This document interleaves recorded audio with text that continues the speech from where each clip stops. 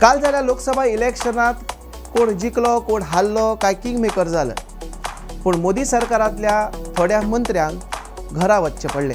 तातूंत स्मृती इराणी ही किशोरीलाल शर्मा कडल्यान 1,67,196 मतांनी पडली। अजय मिश्रा तेनी कॉन्ट्रोवर्शियल लखीमपूर खीरी इन्सिडंट तेका बरोच बादलो।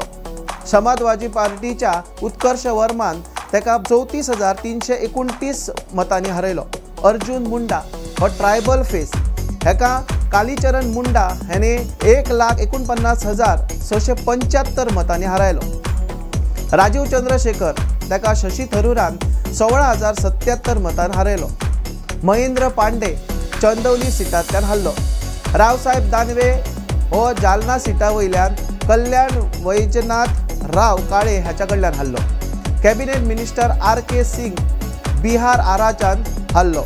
युनियन मिनिस्टर संजीव बलियान हो मुजफ्फरनगरांतल्यान 24,000 मतांनी हरलो। V मुरलीधरन हो केरळाच्या तिरुवनंतपुरमांतल्यान हरलो।